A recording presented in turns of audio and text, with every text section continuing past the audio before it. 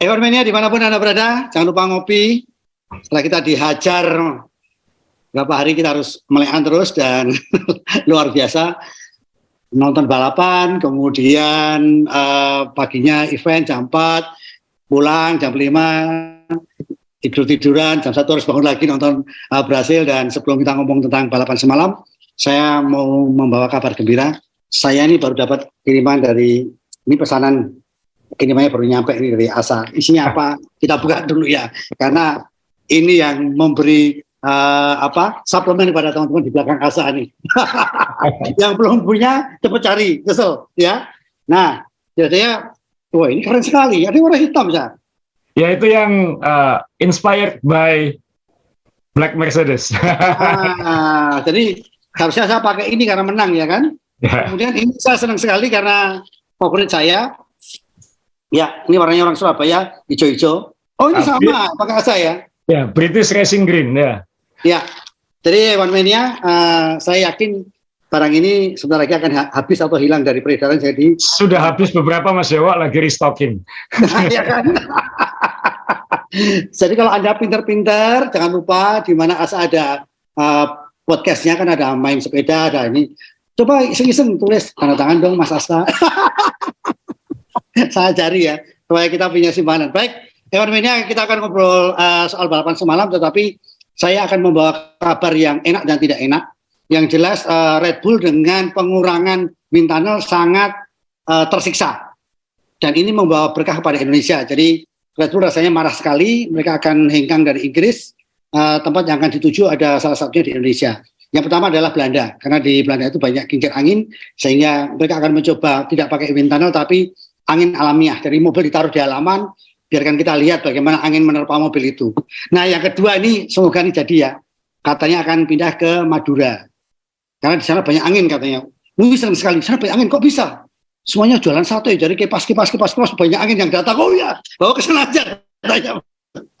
Dan ternyata ini baru tahu, whistleblower yang membocorkan pembengkakan biaya adalah bukan Mercedes, tetapi Ferrari. Nah, karena apa? Ferrari sakit hati pada saat balapan pertama dia menang, kemudian disalib dan sekarang terjungkal Ferrari. Semalam juga dijungkalkan oleh Mercedes. Nah, Red Bull akan membalas dengan undang-undang ITE, yaitu masalah pornografi. Red Bull mengatakan bahwa Ferrari mengajarkan yang tidak sopan selama ini karena apa? Kudanya singkrak. Tapi kalau Red Bull itu, kata asal tadi namanya apa yang naik itu? Hyrex, ya. Jadi kalau dengan Hyrex nyeruduk itu, dengan Hyrex itu organ vitalnya ketutup. Tapi kalau Ferrari begini, kudanya, organnya kebuka. Ini adalah pornografi selama 75 tahun. Dia minta Ferrari memberi pampers kudanya, supaya tidak mengajarkan pornografi kepada anak-anak muda atau anak-anak yang nonton Ferrari. Nah, yang terakhir, ini katanya Ferrari mencari dana ilegal. Nah, baru tahu. Dia mensponsori pembuatan film yang lagi ngetop di Surabaya dan di Indonesia, yaitu Kebaya Merah. Baik, One Mania dimanapun Anda berada, sekarang kita akan bahas balapan semalam. Asa, kita mulai dengan balapan semalam. Ini balapan terbaik, biasa, atau luar biasa? Setiap tahun selalu ada lomba yang aneh, yang bikin hasilnya itu mengejutkan atau tidak mengejutkan tapi menyenangkan banyak orang, yang bikin kayak jadi oase di tengah musim, Mas. Balap musim seru maupun nggak seru selalu ada satu balapan unik. Ini saya khawatir tahun ini tuh nggak terjadi balapan unik itu karena dominasi Red Bull dan Verstappen luar biasa. Mercedes saja nggak mampu menang, apalagi nunggu kejutan kayak gitu.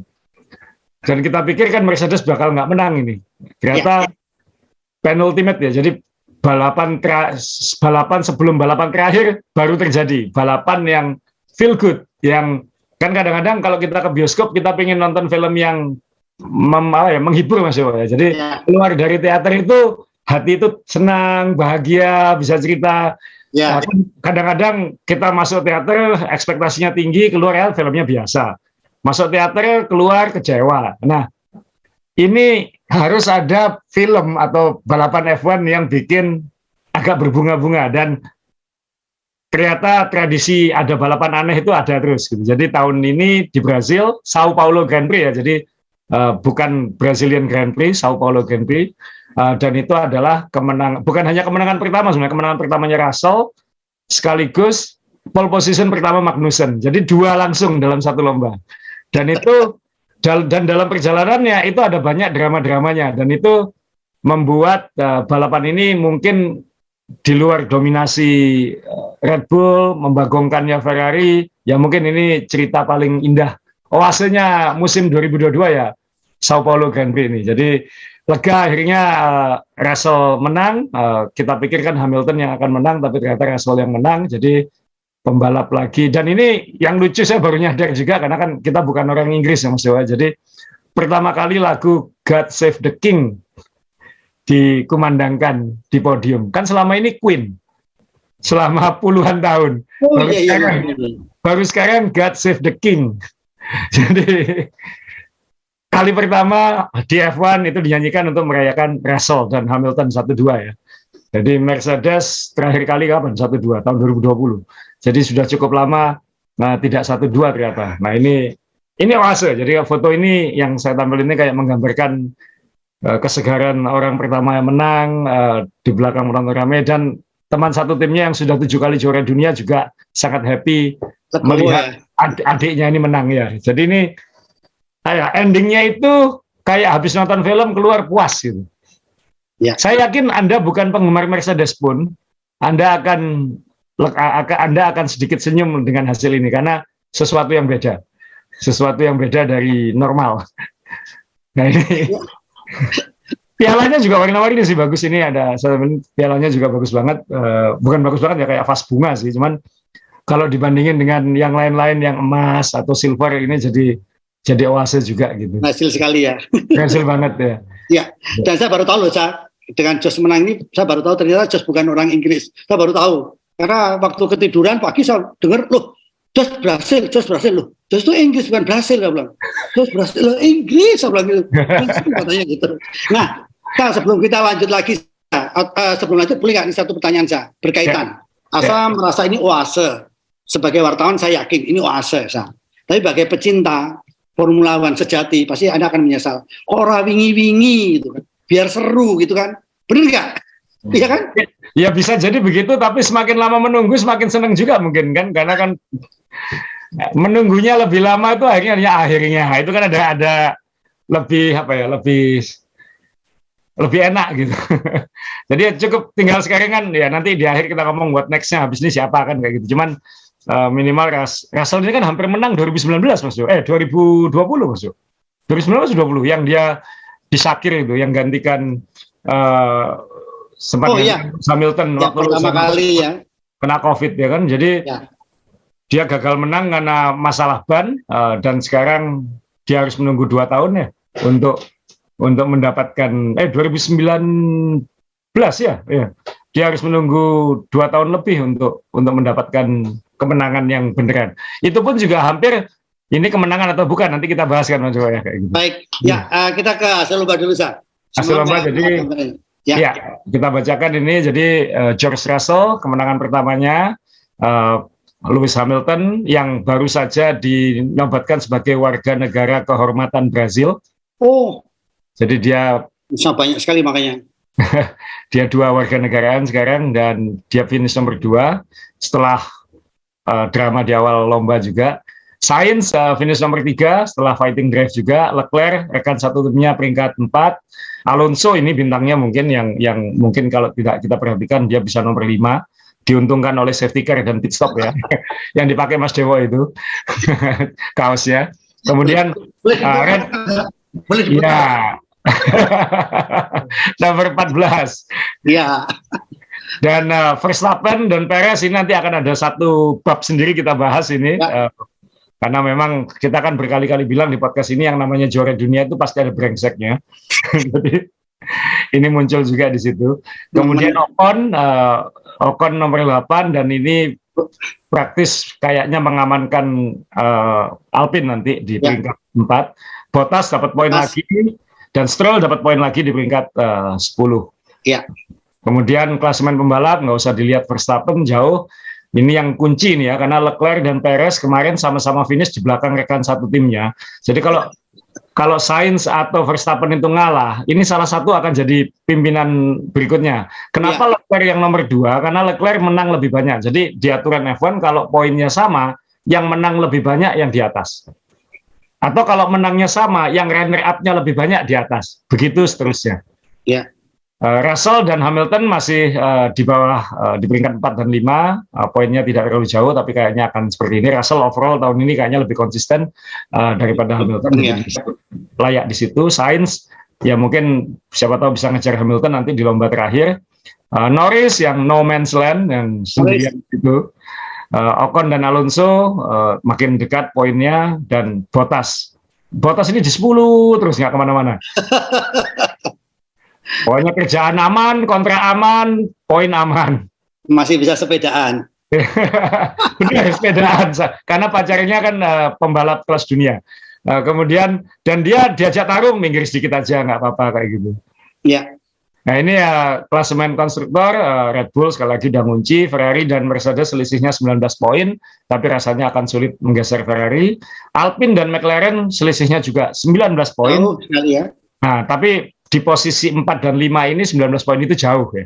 Jadi kan McLaren harus finish juara atau dapat podium 2 untuk bisa mengamankan dari Alpine. Tapi kayaknya ini akan seperti ini nanti. Alfa Romeo dan Aston masih ada kemungkinan. Ada harapan.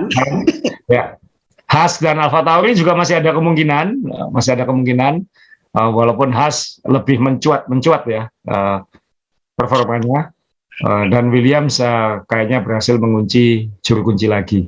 Jadi ini hasilnya. Dan sebelum kita ngomongin Russell atau Red Bull atau Ferrari, sebelum terlewatkan apapun kita harus ngucapin selamat kepada Kevin Magnussen. Kadang-kadang ya keajaiban kadang terjadi Mas Yowa ya. Maksudnya siapa saja bisa pole position, dan Magnussen benar-benar bukan menjudge ya, ada keberuntungannya juga pasti, tapi di tengah keberuntungan itu dia memaksimalkan kesempatannya dia. Ketika dia di depan, waktu Q3 dia di depan duluan, cuaca akan segera memburuk, dia pakai ban slick, dan dia yang mampu memaksimalkan waktunya sehingga dia mengamankan pole position pertama untuk dia dan untuk Haas. Ya.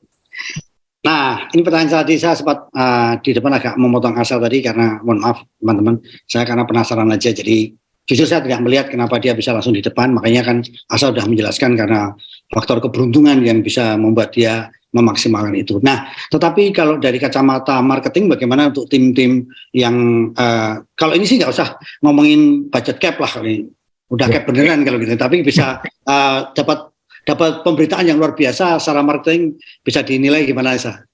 Mungkin ini akan lebih luar biasa kalau pole position ini untuk lomba yang panjang beneran hari Minggu Mas ya. Jadi begitu hari Sabtunya langsung tenggelam lagi beritanya. Tapi minimal itu spotlight sesaat untuk Haas.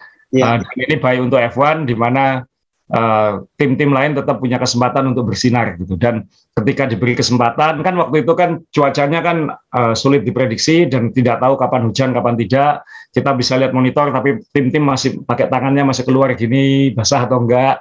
Dan waktu itu siapa yang keluar duluan di Q3 itu kebetulan Haas di paling depan, jadi dia bisa dapat duluan.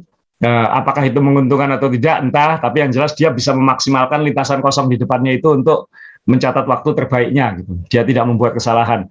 Verstappen membuat sedikit kesalahan kayak gitu. Russell ya gara-gara Russell juga ini, karena Russell sebenarnya cukup cepat tapi kemudian Russell melintir keluar lintasan kan, dan itu membuat red flag, dan ketika green flag lagi qualifying dilanjutkan hujan sudah turun.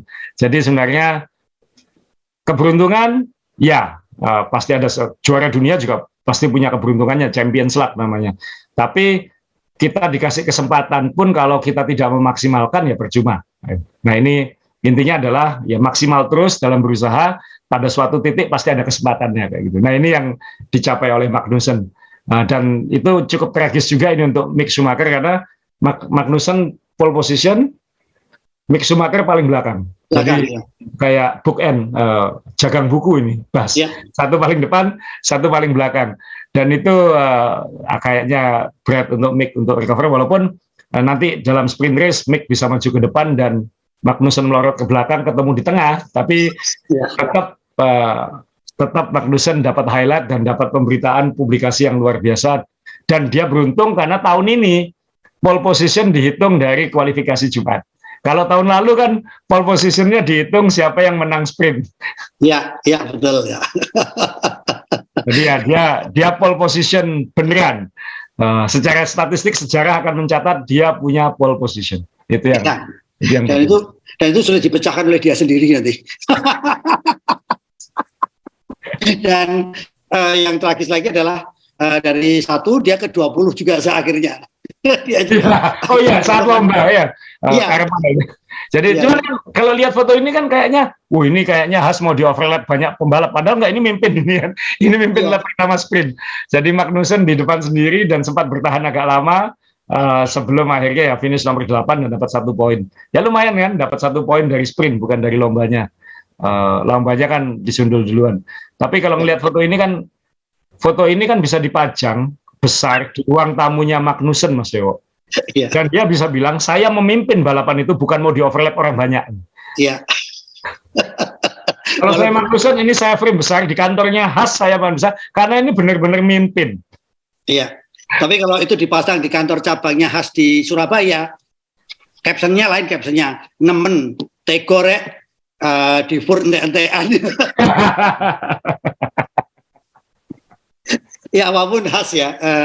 Oke, tantangan Asa apalagi yang menarik ranking kedua yang dalam benak Asa yang kedua setelah kita ngomongin Haas, apa yang menarik Asa semalam? Kan tentunya qualifying selesai, cuaca agak berubah, kemudian kan kita nonton sprint. Sprint ini kan ya di Interlagos cukup seru, tahun lalu seru kan karena Hamilton dari belakang bisa maju ke depan dan sirkuitnya mengizinkan untuk overtaking, konturnya naik turun, lebar, dilihat enak. Dan saat sprint race itu kita nunggu apakah akan ada overtaking atau apa, tapi benar kan kata Haas, Magnussen mundur ke peringkat 8, Mick maju ke peringkat 12, jadi ketemu di tengah-tengah lagi, ketemu di Q2, ketemu di di tengah tengah depan. Asli ini. Nah, tapi kemudian kan cukup seru dan Russell akhirnya bisa bertahan di depan menang. Waktu itu Verstappen, kalau kita lihat di foto ini, Verstappen pakai ban kuning ya, pakai ban medium, Mercedes pakai ban merah, pakai soft. Ini mungkin belajar dari balapan sebelumnya di Amerika tuh ya, ketika Mercedes terlalu konservatif dalam memilih ban. Mungkin di sini dia jadi lebih berani sedikit karena kan lebih nothing tulus mungkin. Dan pada akhirnya ya yang menang sprint kan Russell. Jadi kan kalau menang sprint dia dapat medali kan, medali 1, medali 2, medali 3 gitu. Nah ini dalam hati saya mikir gini Mas, waktu medali ini diserahkan itu, seandainya hari Minggu Russell tidak menang, ini dihitung menang nggak? Kan tragis kan? Russell, kamu pernah menang F1 nggak? Menang sprint. Nah itu statistik mencatat itu sebagai menang lomba atau tidak? Karena kalau di F2, di F3 ketika ada sprint race, sprint race, feature race, itu kan dihitung menang. Tapi sprintnya F1 ini kan masih maga ya, masih belum jelas ini menang atau bukan kayak gitu. Mungkin karena qualifying-nya sudah ditegaskan di Jumat, berarti ini kan sekalian ditegaskan aja ini sprint race gitu. Toh dapat poin. Nah ini kan nanti mungkin akan muncul diskusi ya di akhir musim, tim-tim F1 akan bicara ini dihitung menang atau tidak. Karena kalau seandainya hari Minggu Russell nggak menang dan dia tahun depan nggak menang, tahun berikutnya nggak menang, dia itu dihitung pernah menang nggak? Piala nggak punya loh Mas Dewo, punyanya medali. Masuk kategori gimmick. Lah iya makanya kan gimmick atau bukan? Diserahkannya bukan di podium, ya kan? Nah, tapi resikonya sama ya, resikonya sama dengan balapan loh ini. Sama. Dihancur juga kan? Dan dapat poin juga kayak balapan. Ya. Sama. Jadi saya kira F1 harus diskusi untuk menegaskan sprint ini race atau bukan. Karena nanti sejarahnya akan bingung nanti. Nanti anak cucu kita 20-30 tahun lagi bingung lihat 2021-2022 ini. Ini menang atau bukan? Ini yang 2021 namanya sprint qualifying, yang 2022 namanya sprint, F1 sprint. Jadi ngakui qualifying bukan, ngakui lomba juga bukan. Bukan. Nah ini harus ditegaskan. Kalau menurut saya sih sekalian aja sebut sprint race. Apalagi kalau ke depan rencananya sprint race ini diperbanyak. Dan itu lebih baik juga menurut saya, kan sejak Jumat kita nonton qualifying, nonton sprint race, nonton race sekalian aja jadi race. jangan tanggung gitu. Nah ini yang kan kasihan seandainya Russell, aku punya medali tapi nggak punya piala. Itu ya untungnya Russell menang hari berikutnya. Kalau enggak kan ini apa? Ini mumpung kita ngomong Mercedes ya saya. Ya. Ya, semalam Asa melihat Mercedes ini memang bentuk terbaiknya, atau mungkin juga tanda petik ada faktor luck-nya juga karena Verstappen yang tersingkir di depan. Kalau kita lihat ini kan antara pembalap 1 dan 2, antara Checo dengan Max kan cara membawa mobil pun beda ya. Apakah itu seperti di MotoGP kan, bagaimana Marquez bisa menguasai motornya, yang lainnya selalu gagal gitu kan. Ya. Apa yang terjadi semalam saya kalau melihat, apakah ini Mercedes memang udah oke? Kalau melihat trennya 5 lomba terakhir kan Mercedes memang naik terus ya. Naik, dan mungkin Red Bull juga sudah tidak perlu ngejar-ngejar amat. Ferrari juga punya setan di dalam kepalanya sendiri, jadi nggak tahu dia harus ngapain. Sehingga sebenarnya dalam beberapa lomba terakhir kan Mercedes lebih meyakinkan daripada Ferrari gitu. Nah, kebetulan di Meksiko yang udara tipis, problem top speed-nya Mercedes ini seolah hilang gitu. Nah, Interlagos ini tidak setinggi Mexico City tapi juga cukup tinggi. Nah, mungkin itu juga kontributor top speed-nya Mercedes tidak lagi terhambat. Di sisi lain, downforce-nya bagus. Jadi di sirkuit seperti ini yang meliuk-liuk, khususnya di bagian tengah itu, dia bisa memaksimalkan, dan di trek lurus yang panjang dia tidak kehilangan. Plus strateginya lebih jitu gitu aja. Kalau misalnya di balapan sebelumnya ada yang bannya terlalu konservatif, strateginya terlalu konservatif, misalnya seharusnya strateginya Russell dan Hamilton dibedakan. Nah di sini mereka lebih, mungkin karena balapannya sisa 2 jadi lebih berani ya. Kita maksimalkan. Dan kebetulan qualifying-nya agak sedikit acak karena cuaca, jadi ya dapat momen ini. Di sprint race dia dapat 1-3, tapi kan Sainz kena penalti mesin, sehingga Mercedes start 1-2. Dan ini foto setelah sprint ya, Hamilton nyalami Russell untuk kemenangan pertamanya. Dan ini mereka statement publiknya secara media sudah bilang, kita akan berusaha sebagai tim untuk mengamankan kemenangan pertama. Jadi karena start paling depan, kan kita nggak bisa ngomong Russell start pole position, Mas Yo. Russell start P1. Karena mereka start P1, P2, jadi mereka ini akan berusaha saling melindungi atau apa untuk mengamankan kemenangan kalau dibutuhkan. Pada akhir lombanya kan dibiarkan balapan, tapi untuk di awalnya kayaknya sempat, walaupun mungkin Russell agak sedikit membahayakan posisinya Lewis ya, tapi pada dasarnya dua-dua ini adalah sudah salaman, ayo kita, tim ini harus menang, itu gimana caranya, dan itu berhasil mereka raih. Dan setelah lomba selesai mereka salaman lagi di podium. Jadi kan ada foto salaman setelah sprint dan foto salaman setelah lomba. Jadi minimal secara tim ini harmonis lah. Lewis mungkin akan nyesek ya kalau sampai akhir musim dia nggak menang. Tapi minimal timnya tetap menang, dan ini penerusnya di Mercedes juga mulai ngeliatin kemampuan. Tinggal nanti tahun depan kalau mobilnya Mercedes sangat kompetitif, bagaimana menyeimbangkan dua orang ini. Itu ya. Apalagi Lewis kan bilang dia mau perpanjang kontraknya kan. Jadi ini pasangan ini mungkin agak lama nanti di F1. Ya, Asa, kalau melihat ini 2 generasi ya saya, dan kalau kita lihat kondisi mobil Mercedes juga lagi kurang bagus tahun ini, tetapi tahun depan kalau Asa tadi bilang kompetitif, ini juga mungkin salaman ini bisa jadi bukan salaman lagi, tapi teman-teman juga kalau keduanya dapat mobil yang bagus gitu. Tapi yang jadi pertanyaan saya, ketika Lewis Hamilton tetap bertahan sebagai pembalap Mercedes, tetap kemudian kompetitornya adalah generasi muda. Max sudah juara dunia 2 kali. Russell juga saya pikir sudah semakin matang. Ada Carlos Sainz, ada juga Leclerc juga. Nanti kalau Norris mobilnya bagus juga, ini kan banyak dikurbangi anak muda yang berpotensi ya kan, tidak semudah tahun-tahun sebelumnya dia untuk juara dunia gitu. Untung Mas Yo ngingetin ya, karena kita kalau misalnya 3 mobil teratas ini tahun depan kompetitif, saling dikit rebut kemenangan, kita akan punya 3 situasi tim yang berbeda. Mercedes, kita punya Lewis yang senior yang sudah 7 kali juara dunia dengan anak muda yang menyodok ke atas. Jadi ini rebutan siapa nomor satunya. Tapi yang tua ini adalah rajanya. Gitu. Ferrari setara posisinya Mas Yo, sama-sama matang. dibilang muda enggak, dibilang senior enggak, sama-sama matang, prime. Yang sama-sama belum pernah juara dunia. Yang sama-sama yang mungkin oleh orang dianggap relatif setara kemampuan, kecepatan, dan peluangnya. Kemudian kita ada Red Bull, yang satu senior, Perez, yang satu muda, Verstappen, tapi yang tua ini sudah, aku di sini aja sebenarnya sudah beruntung. Verstappennya masih lapar. Nah, mungkin kalau kita melihat 3 situasi tim ini, mungkin Red Bull tetap diuntungkan. Kenapa? Karena dia jelas positioningnya. Verstappen nomor 1, Perez nomor 2. Sedangkan di Mercedes ada percobaan kudeta. Yang tim akan membiarkan kalau itu terjadi, saya kira.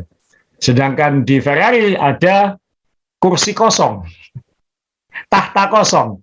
Ya. Yang sama-sama lapar 2 fraksi.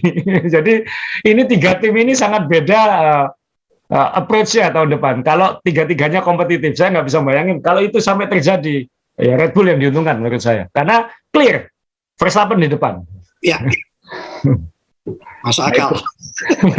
Ya kan ngeri, saya bisa. Sekarang Mercedes mungkin nggak kebayang Lewis pengen perpanjang kan, karena dibayangkan mungkin Lewis pensiun setelah tahun depan gitu. Tapi ternyata Lewis mau perpanjang. Waduh, ini kan create problem baru nanti ke depan. Tapi kalau itu menangan kan bukan problem masalah. Kalau dominan juga nggak masalah. Nah ini akan jadi prospek manis 2023 dan seterusnya buat kita penggemar F1. Moga-moga tidak terjadi dominasi seperti tahun ini. Kalau kita lihat startnya kan kayak gini Mas, kan jadi Russell di depan, Hamilton di belakang, sudah saling mendukung, belakangnya 2 Red Bull itu. Jadi tahun depan moga-moga ini mix ya. Jadi ada 1 Mercedes, 1 Ferrari, 1 Red Bull, kemudian acak-acak lagi seperti itu yang kita harapkan ke depannya. Iya. Tapi ya kita akan seru melihat ini nanti. Minimal Mercedes sudah menemukan jalan, itu kan pertanda baik untuk tahun depan. Red Bull kan pasti masih kuat tahun depan. Katanya kan efek pembatasan wind tunnel nanti baru akan terasa 2024. Kemudian Ferrari kan fondasinya tidak jelek, jadi masih bisa kemungkinan seru. Jadi kalau 3 tim ini bisa tarung, wah luar biasa. Dan apalagi kalau nanti tim lain bisa ikut menggigit satu-satu ya. Kayak McLaren atau Alpine mungkin, atau Aston Martin kalau misalnya dia nemu cara melonjak ke atas, ya itu akan lebih baik lah. Bagaimanapun doa setiap musim kan semoga seru Mas Yo. Nah ini sorry Mas Yo, satu lagi. Silakan aja. Russell ini mungkin menang karena nggak ada Toto Wolff ya. Toto Wolff-nya lagi di rumah, jadi nggak ikut. Nggak ada yang banting-banting ya. Nggak ada yang banting-banting, jadi mungkin lebih tanpa beban. Lewis nggak bisa ngomel langsung ke bos, mungkin kayak gitu. Jadi ya tim tidak ada bosnya, jadi Russell kamu yang menang. Tapi kan habis itu ada FaceTime, telepon-teleponan juga. Jadi ya baiklah ini tetap cerita yang baik untuk F1. Iya. Boleh berpindah ke warna merah kebaya merah. Saya pengen geser ke sapi merah Mas. Iya boleh, boleh sapi merah dulu boleh atau karena Ferrari nanti kita masukkan bagian akhir dengan yang lain, karena ya ini tragisnya Ferrari ya, di awal musim dia jadi perbincangan utama, di akhir musim dia disisihkan dulu. Nah, kalau menurut saya. Tapi dari sisi Red Bull ini kembali menunjukkan gitu bahwa tetap ada potensi kontroversi ke depan di Red Bull, walaupun tadi kalau kita analisis kemungkinan Red Bull paling enak, paling ideal, tapi tetap ada potensi konflik itu. Jadi tentunya dimulai dengan karakter Verstappen yang nggak mau ngalah ya Mas Jawa. Ini kita lihat dalam beberapa tahun terakhir. Jadi ketika restart setelah safety car di awal lomba, dia tarung sama Hamilton terulang lagi. Senggolannya kalau kita lihat di layar TV kayaknya sebentar ya, tapi kalau di foto gini kayaknya dramatis banget. Dan ini tentunya dua-duanya mengalami kerusakan dan dua-duanya harus coming from behind. Verstappen malah harus ganti sayap depan dan penalti 5 detik, sehingga itu membuat dia menjadi non faktor di depan. Dan itu ya memang ini seperti Mas Dewa bilang di awal, ini membantu Russell juga di depan, karena minimal Russell fokusnya bukan rekan satu tim, yang paling berat kan rekan satu tim, dan satu lagi Verstappen yang mungkin awas kamu kalau nggak minggir, kan ada gitunya Verstappen ini kan, ada bengisnya gitu. Nah ini yang untungnya yang bengis saling tabrakan, sehingga tidak mengganggu Russell, tapi kemudian seharusnya kalau di sini kan kita langsung berpikir perebutan peringkat 2 klasemen pembalap yang Leclerc yang kemudian juga sempat melintir kena senggol Norris, tapi kemudian juga comeback. Kemudian ada Perez yang juga yang dalam situasi ini kan Perez kalau kita lihat foto ini kan di belakangnya yang seharusnya diuntungkan dan menjadi prioritas Red Bull. Tapi pada akhirnya kan dua-duanya tidak jadi prioritas gitu karena Sainz tetap podium dan Verstappen walau sudah dikasih jalan sama Perez tidak mau ngasih lagi gitu. Dan tidak mau ngasih lagi itu seru. Jadi saya ingin nampilin ini Mas Jo. Jadi transkrip pembicaraan radionya ini. Jadi Lambiase itu dari Red Bull tentunya bilang, Max, biarkan Ceko lewat. Nggak nurut. Max, ada apa? Verstappen bilang, saya sudah bilang kapan hari. Jangan tanya saya soal itu lagi, oke? Kita clear soal itu ya. Saya sudah ngasih tahu alasan saya apa dan saya tetap bertahan pada alasan itu. Apa alasannya? Banyak spekulasi ya yang muncul. Tapi intinya adalah Max nggak mau nurut. Perez, kemudian tentunya Horner sebagai prinsipal akan mencoba menenangkan, balance sama dua pembalapnya kan. Perez bilang terima kasih teman-teman, terima kasih. Horner langsung bilang mohon maaf Ceko. Kemudian Bird ini krunya Perez bilang kita akan diskusikan ini setelah lomba gitu. Perez nyaut dan ini yang jadi omongan yang penting ya. Dia menunjukkan siapa dia sebenarnya. Dia menunjukkan siapa dia sebenarnya. Jadi ini kita jadi ingat zaman Barrichello harus mengalah sama Schumacher. Kita jadi ingat apa ya Hamilton yang nggak mau yang menggangguin gangguin Nico Rosberg di lomba-lomba terakhir. Tapi kan waktu itu mereka memang tarung berebut juara dunia ya. Tapi sebagai tim nggak mau ngasih itu. Kalau saya sih begitu lihat ini Mas Yowo, ini saya tampilin fotonya Perez ya. Ketika lihat kejadian ini, satu aduh Max gitu. Kan nggak penting kan Mas Yowo. Peringkat 6 Mas Yowo. Kecuali itu kemenangan atau podium atau apa. Kejar juara dunia. Peringkat 6 nggak penting gitu. Dan harus diingat, Perez ini 2 tahun terakhir ini banyak berkorban untuk Max gitu. Ya. Seandainya tahun lalu Menteri Pertahanan Meksiko ini tidak bertahan kuat di Abu Dhabi, Max belum tentu juara kayak gitu.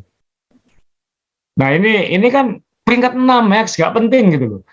Nah apa namanya? Tapi kan ya kita berkali-kali bilang kan bahwa juara dunia itu ada brengseknya gitu, ada kalau bahasa Inggrisnya petulan gitu ya. Jadi apa? Semaunya gitu. Nah ini yang harus di-manage gitu. Dimanapun kalau punya superstar kan harus di-manage egonya, harus di-manage perasaannya dan lain-lain. Nah ini kejadian gitu. Dan Ceko bilang ya itu aslinya dia kayak gitu. Nah yang kemudian jadi diskusi kan alasannya apa gitu. Ada yang bilang gara-gara di Monaco Perez sengaja melintir supaya Max nggak bisa pole position. Kemudian Max marah soal itu, tapi nggak tahu benar atau tidak. Atau mungkin ada kejadian-kejadian lain yang kita nggak tahu ya kan. Nah ini, tapi itu menunjukkan bahwa tidak seharmonis itu di Red Bull. Pasti di balik layar itu pasti ada diskusi, pasti ada teriak-teriakan, pasti ada banting-bantingan mungkin kayak gitu. Dan itu muncul di situasi seperti ini. Ya, sisi positifnya sisi positifnya. Apakah petarung sejati itu memang harus dibina seperti ini? Dalam arti kesempatan apapun diambil gitu kan. Walaupun tanda petik tidak manusiawi ya, karena temannya sudah berkorban untuk juara dunia. Tetapi apakah jiwa seperti itu ya? Karena juga kalau di dunia sepeda, kalau misalnya Asa minta atlet untuk jadi road captain, maaf itu. Ya. Kan kalau atlet kan memang dilatih untuk menang. Iya menang untuk apakah ya mau dia akhirnya melatih teman-teman yang yang lagi belajar dan sebagainya. Saya pikir kan juga kasihan juga kan karena udah terlatih itu. Apakah perlu tanda petik dimandulkan? Oke gitu. Kali ini. Tapi kan siapa ngira Abu Dhabi lap terakhir kalau jiwanya bukan jiwa yang itu kan ya ini plus minus kan. Ya ini selalu jadi karena memang ini kan ranah apa ya manusia tadi kan. Dalam artian dulu F1 pernah melarang team order juga nggak baik kan karena team order bagian dari strategi. Ya. Tapi kan ada saat di mana itu perlu dan tidak perlu yang perlu dan itu kan mungkin tidak perlu diregulasikan itu mungkin perlu pakai apa ya perasaan dan akal sehat. Jadi peringkat 6 gitu Mas. Maksudnya nggak penting kan gitu. Maksudnya Iya, benar Sa. kalau ngalah 1 Perez peringkat 2 dan ini Red Bull dan Horner bilang Red Bull belum pernah 1-2 di klasemen. Kan Red Bull juga pengen catat sejarah 1-2 di klasemen kan kayak gitu. Nah, pasti di balik layar akan terjadi diskusi. Oke, nanti balapan terakhir Max kamu harus bantu Perez. Saya yakin Horner waktu wawancara saya ikuti wawancara setelah lomba segala macam. Horner jawabannya diplomatis terus. Ya ini urusan tim kami, ini masalah tim kami akan bicarakan di balik layar. Tapi kami sudah sepakat kami akan membantu Perez mengamankan peringkat 2 itu di Abu Dhabi nanti kayak gitu. Nah, berarti ya moga-moga itu terjadi karena secara image ini jelek buat Max. Gitu. Ya kan, kamu nggak butuh ini gitu. Kamu menunjukkan kamu tuh bukan manusia. Ya. Dan itu secara PR saya yakin Max merasakan itu dan Red Bull akan mengingatkan itu dan Max akan bisa mengubur ini semua kalau dia membantu Perez peringkat 2. Buat Max peringkat 2 nggak penting, buat Perez sangat penting Mas Yo, karena dia sudah pada dasarnya tekan kontrak nggak bisa jadi juara dunia kan. Jadi ini kan harus ada keadilan, tanda kutip keadilan, dan itu di press release-nya statement resminya Max setelah lomba sih ngomong kita akan membantu Perez di Abu Dhabi. Dan untungnya ini kan minggu depan. Jadi dalam waktu dekat ini, minggu ini kita akan melihat itu sendiri. Jadi Max tidak perlu larut lama dalam kontroversi ini. Seminggu bisa selesai kalau dia benar-benar nurut. Gitu. Nah, tapi saya juga langsung mikir soal semua juara dunia, kan idola saya Ayrton Senna masuk. Ayrton Senna, saya mikir Ayrton Senna kayak gini. Senna tuh bengis juga loh. Prost ditabrak sendiri gitu. Tapi dia dalam situasi tarung, dia tarung. Tapi kalau situasi sahabat, dia sahabat.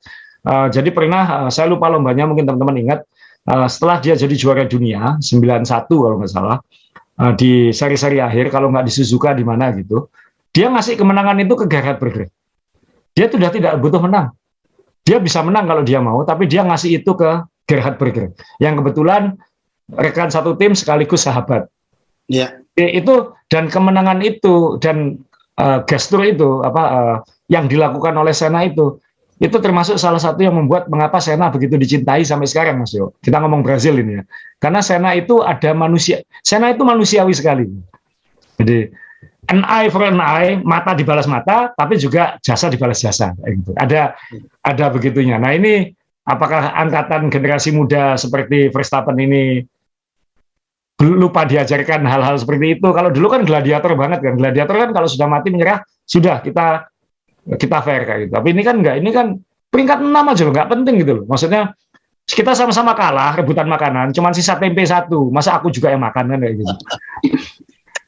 Nah, ini ya kalau kita lihat ini memang ya mungkin kita baru tahu kalau Max itu generasi TikTok ya, jadi konten nomor 1 ya. Ini konten jadi kalau saya nomor 6, nomor 7 malu. Nah tapi begini Sa, kalau secara mobil Sa, jomplang nggak, istilahnya jomplang nggak kecepatannya Perez dengan Max? Karena saya juga, aduh ini kesempatan kenapa Perez nggak bisa nempel Russell, kenapa gampang sekali diambil oleh Lewis Hamilton. Ya Perez kebetulan ban medium kan terakhir Mas Yo. Sehingga dia jadi bahasa Inggrisnya sitting duck kan, dia sulit bertarung karena dia tersisa pakai ban medium, yang lain sudah ganti soft. Dan mungkin kalau Max tidak tabrakan di awal dan ganti sayap, ya mungkin ini juga tidak terjadi, Max akan di depan. Tapi kan pada situasi terakhir, yang butuh poin kan Perez, bukan Max. Gitu. Waktu itu kan Max dikasih jalan, kalau kamu bisa nyalip Alonso ya sudah, kalau kamu nggak bisa nyalip Alonso, kembalikan posisi itu ke Perez, kan maunya kayak gitu. Ya. Tapi kan ya tidak terjadi. Kok ya, tanda kutip Mas ya, untungnya, orang Jawa kan selalu ada, untungnya, Ferrari yang nggak ngasih Leclerc, itu aja. Sehingga poinnya sama-sama 290. Jadi itu intinya nanti siapa yang finish di depan yang lain di Abu Dhabi, dia yang peringkat 2. Kan kayak gitu Mas. Ya kok ya untungnya Ferrari ini saya nggak tahu apakah mikir itu atau nggak kepikir. Tapi kan Leclerc juga rasanya komunikasi semalam banyak buang-buang pulsa semalam kita lihat. Banyak sekali dia. Nego juga dia nego juga. Tapi kan, iya kan? Bayangkan loh, dia nego loh. Jadi kan karakternya memang dia juga sama dengan Max. Tanda petik loh karakternya kan. Iya kan? Iya kan? Cuma dia Ferrari nggak ngasih, kok ya dilala Ferrari juga nggak ngasih. Tapi ini kan Ferrari sudah sejak qualifying sudah bikin kesalahan ya, kayak saat yang lain pakai slick, Leclerc pakai ban intermediate. Jadi sejak qualifying Jumat dia sudah ketinggalan sebenarnya Ferrari. Iya. Jadi kalau misalnya Leclerc di depan kan mungkin juga beda. Tapi ya itu tadi, maksudnya dua tim ini sama-sama tidak menerapkan tim order sehingga ya status quo 0-0 nanti masuk ke Abu Dhabi kan kayak gitu. Siapa yang finish di depan yang lain itu yang peringkat 2. Buat Perez itu akan sangat berarti Mas Yo. Ini dia belum pernah, dia di akhir karirnya baru dapat mobil terbaik dan tekan kontrak nggak bisa juara dunia. Itu kan komitmen berat gitu. Ya. Saya jadi menyesal kalau jujur nih teman-teman ya. Ini obrolan dengan Asa ini kita kadang-kadang tidak memakai teks, kita nggak pakai menu, ditanyakan apa saja, pokoknya ini kita ngobrol liar gitu. Kertas kosong. Nah, kosong.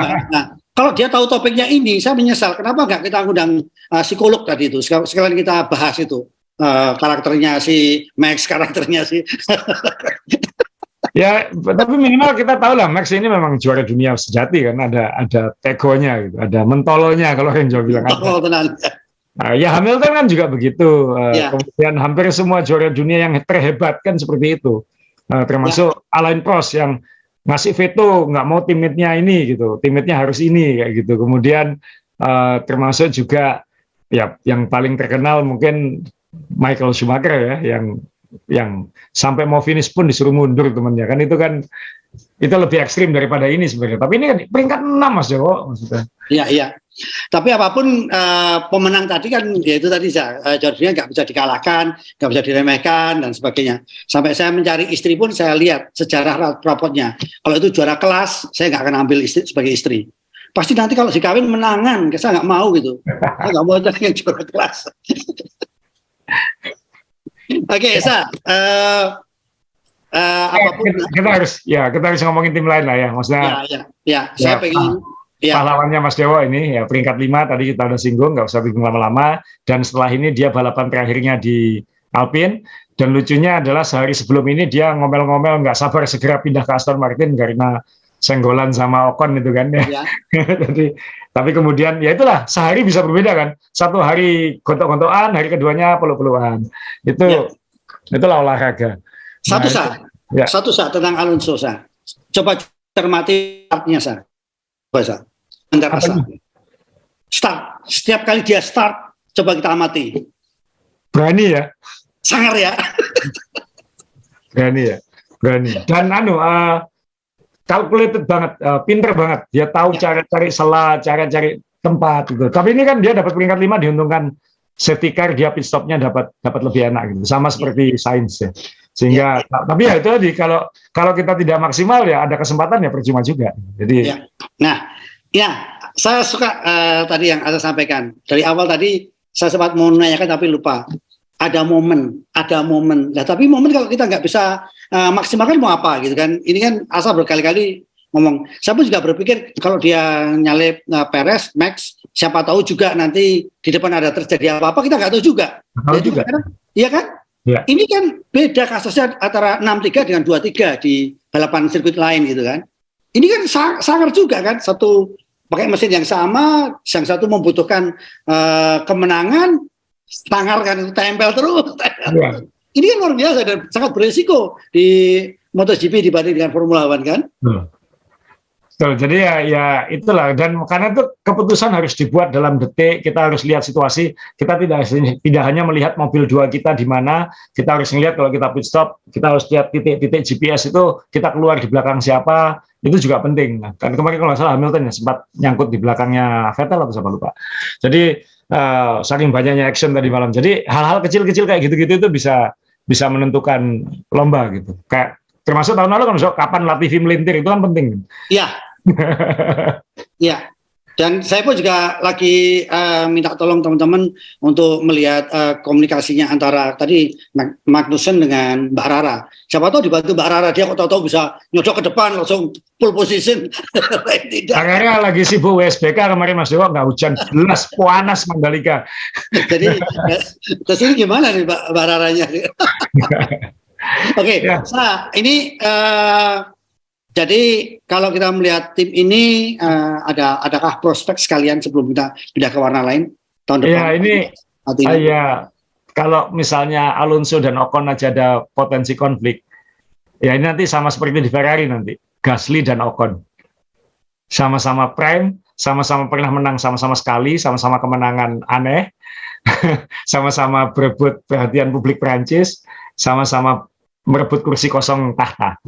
Nah, tapi Alonso apa nggak sial yang dimusuhi yang punya duit tahun depan? Duitnya kan banyak Mas Yo.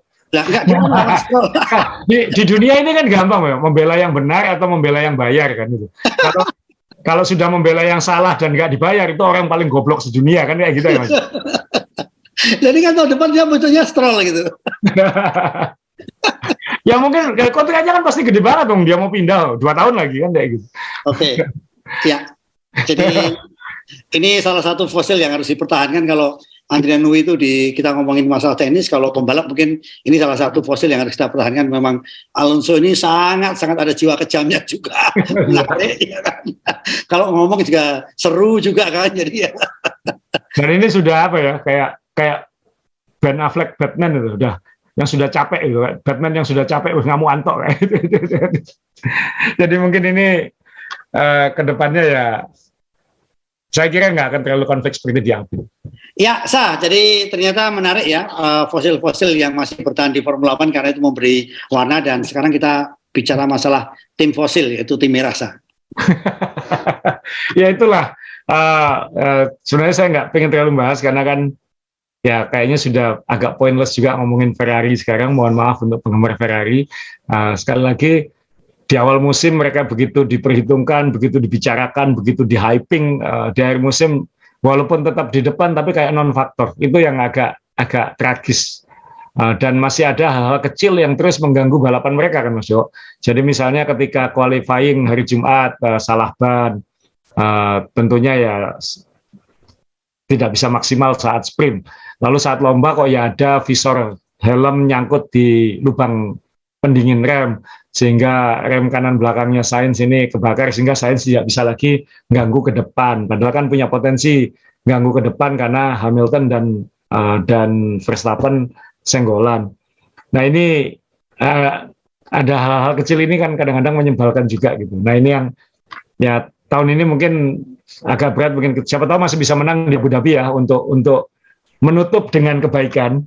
Tapi yang jelas tahun depan ekspektasi untuk Ferrari sudah sangat tinggi. Kalau sampai tahun depan sama seperti ini aja, tifosi akan sangat kecewa karena berarti kemarin itu nggak benar dong. Berarti kemarin itu kebetulan diuntungkan oleh regulasi yang baru, yang lain belum siap. Nah, sekarang kamu nggak siap, bagaimana? Mercedes sudah lebih meyakinkan dalam hal kecepatan, lebih meyakinkan dalam hal strategi, lebih meyakinkan dalam hal pembalap. Nah ini seperti apa? Itu jadi challenge. Yang saya khawatirkan sekarang sudah terjadi, seolah-olah sudah terjadi di Ferrari ini saling cek Mas Jo, sehingga harus ada negosiasi untuk pit stop, harus ada negosiasi untuk seolah-olah tidak ada satu orang yang tegas ngapain.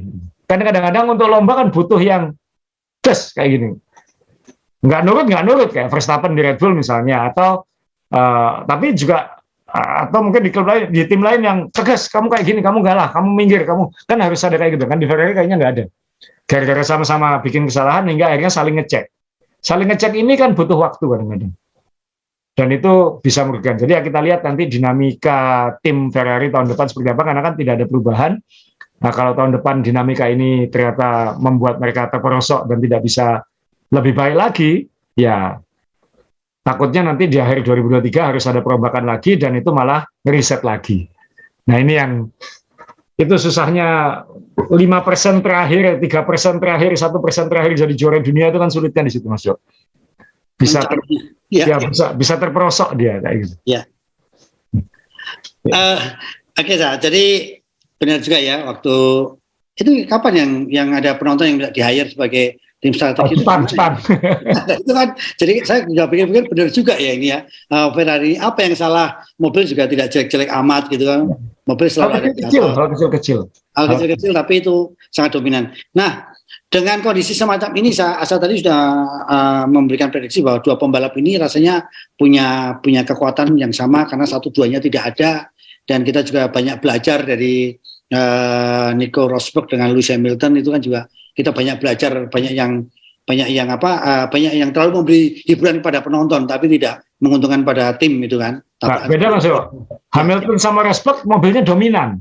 Jadi berebut juara dunia dulu. Ini kan mohon maaf, menanggung kan Mas Yo. Jadi kalau dia saling gigit, poin yang hilang ini akan diambil yang lain gitu. Sedangkan kalau di Mercedes dulu, Rosberg dan Hamilton saling gigit poin hilang, yang lain tetap jauh gitu, nggak masalah. Ya, diuntungkan karena yang lain jauh ya saya. Iya. Itu diuntungkan juga. Jadi waktu itu Nico Rosberg itu kalau menang memang kualitas ya waktu itu ya. Kualitas banget. Ya. Kualitas banget ya. dan itu kepiarannya oke ya, menang setelah itu udah out gitu kan. Cukup ya. Itu keren loh. Nah, oke Sa. Jadi kalau kita melihat ke depan siapa yang kira-kira di bawahnya 3 ini Sa? Karena jujur kalau 3 ini kita juga masih deg-degan karena merah ini bener nggak merahnya ini? Itu kan kita masih deg-degan kan.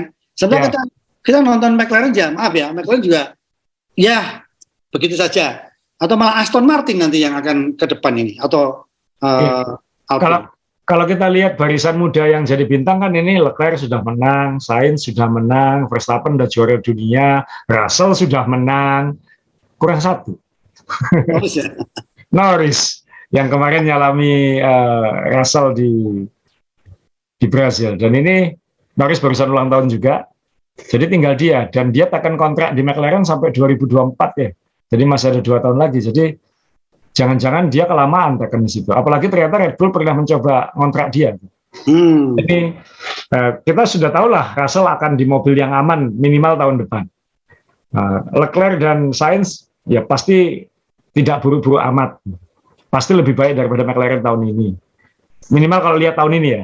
Kemudian ya Russell sudah, 2 Ferrari sudah. Nah yang ini kan mobilnya masih tanda tanya lagi. Apalagi dia akan diganggu oleh Piastri di situ yang lebih muda lagi. Nah ini saya agak kurang srek sama strateginya McLaren untuk tahun depan dengan membuang uang segitu banyak untuk memarkir Ricciardo, mendatangkan bintang muda yang lebih nggak jelas lagi, ya walaupun potensinya luar biasa, tapi kan belum tahu seperti apa.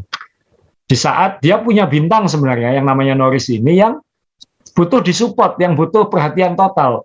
Apakah mungkin lebih baik seharusnya dia pakai strategi kayak Red Bull kan? Dia narik pembalap yang aman, senior, untuk ngumpulin poin terus. Norris ini diprioritaskan karena mungkin kemampuan tim McLaren belum cukup untuk mensupport 2 mobil. Siapa tahu. Iya. Yang ya saya khawatir aja. Semua banyak yang mulai khawatir dengan Lando dan mulai menanyakan kamu salah nggak itu tekan kontrak di McLaren kelamaan. Apalagi kan nanti kalau Audi masuk, kemudian Porsche jadi masuk, misalnya kamu seperti apa nanti? Nah ini yang jadi bahan seru kan nanti. Jangan-jangan terlalu lama menunggu dia untuk menang. Jadi dia jadi the next yang ditunggu sekarang.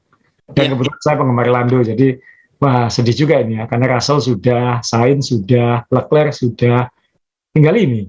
Iya. Dan kerjanya selama ini cuma nyalami yang menang, kan kasihan gitu. Nah, saya tertarik juga dari waktu Piastri ya Tisa. Ini kan kita juga tahu bagaimana nasibnya Mick Schumacher yang memang sudah terbukti berkualitas, ternyata juga mendapatkan tim yang tidak, walaupun nanti Piastri dapat tim yang lebih baik daripada Haas, tapi kalau tekanannya tinggi kita juga tidak tahu.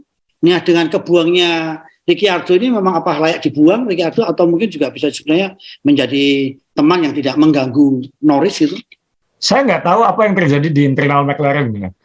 Tapi kan kalau dari luar di atas kertas kan harusnya nggak ada alasan buang Ricciardo. Bagaimanapun dia menang loh tahun lalu Mas Yo. Bukan Norris loh yang menang, Ricciardo loh. Dan kalau mobilnya pas mungkin Ricciardo bisa kembali lagi kan tahun depan. Kan tahun ini kan inkonklusif. Pas ya Ricciardo tidak perform, tapi kan Lando juga tidak sehebat tahun lalu karena mobilnya tidak seperti tahun lalu gitu. Yeah. Kebetulan memang Lando bisa memaksimalkan terus gitu aja. Nah itu yang jadi kalau ngasih nilai kan nilainya bukan A, B, C, D maksud. Nilainya kan inkonklusif kan. Tidak bisa dirangkum kan, tidak bisa diputuskan gitu. Tidak bisa di-clearkan. Nah, kalau sudah kayak gitu kan apalagi punya tanggungan gaji mungkin $20 juta. Ini dibuang loh $20 juta oleh McLaren. Tim yang belum tentu punya kemampuan seperti Mercedes dan Ferrari dan baru saja keluar dari ancaman kebangkrutan gitu. Sudah berani seperti itu ya agak penuh tanda tanya. Kalau ternyata tahun depan mobilnya luar biasa, Lando dan Piastri hebat, ya itu semua nggak jadi masalah. Ya.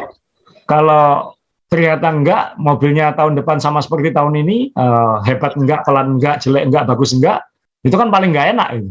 Mending seperti 2021, overallnya nggak sebagus tahun ini, tapi bisa mencuri di sirkuit-sirkuit cepat kan, Mas.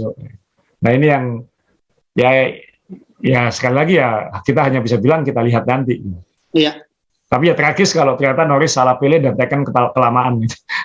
Iya, paham saya. Jadi bagaimana seorang juara dunia atau calon juara dunia atau orang yang punya talenta luar biasa, tapi dia stres sendiri melawan lingkungannya, itu kan juga kasihan juga gitu kan, berbahaya juga kan gitu. Memang ada counternya Mas Yo ya. McLaren memberi penawaran Norris gaji yang sangat besar sehingga dia oke lah aku ke tempat lain, risikonya besar, belum tentu dapat sebanyak ini. Tapi dia juga bukan tipe itu. Norris ini anak orang kaya.